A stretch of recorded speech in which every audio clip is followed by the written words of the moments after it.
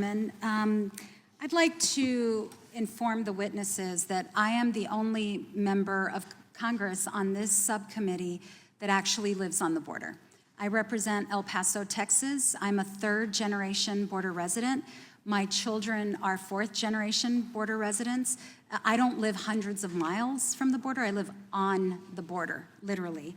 And nobody wants an orderly immigration process more than those of us who have built our lives on the border. But I'll tell you one way we're not gonna get there. It's with performative hearings such as these.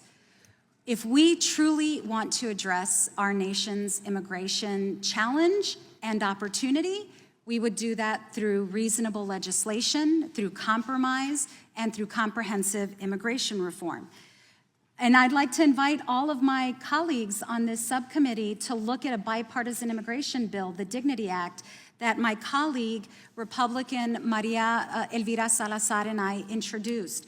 That would be a good way to begin talking about this. But instead, here we are engaging in what is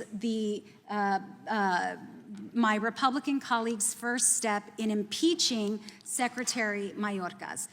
Not because of any reason that they've laid out, but simply because this is Speaker McCarthy's gift to the extremists in his conference.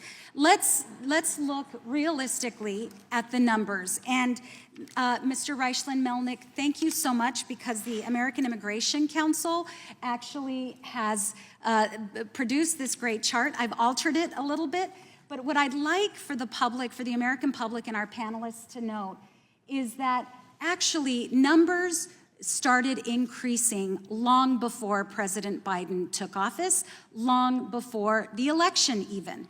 And there was only one time when there was a precipitous drop in immigration, in apprehension, and that was right when COVID-19 hit. And that's when the border was shut down. But the chart that the American Immigration Council put together shows, and Mr. Reichland-Melnick, I believe you got these numbers directly from the Department of Homeland Security, and it demonstrates that not any of the deterrence measures that were put forth by the Trump administration actually deterred immigration. COVID did, but shortly after the border was reopened, those numbers started climbing right back up. That would tell us that we should be acting together in a bipartisan way on reasonable solutions. But instead, again, here we are focused on performance. Mr. Chair, I'd like unanimous consent to enter into the record a ProPublica article about family separation. Yes, without objection. And I'd actually like to play the audio included in this article. You're welcome to do with your time as you please. Okay? All right, well, I'll play it from my phone.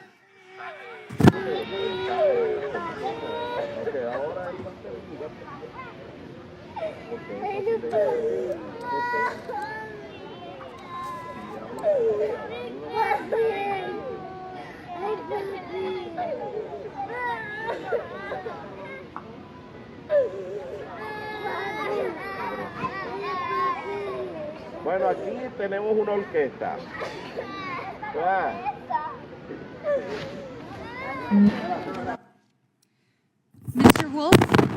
Mr. Wolf, do you recognize this audio?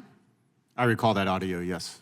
And you were working at DHS at the time that this audio was taken, is that correct? I was at the department, yes. This is audio from the horrific Trump administration policy of separating children from their parents at the border, a policy that has caused immeasurable trauma on children.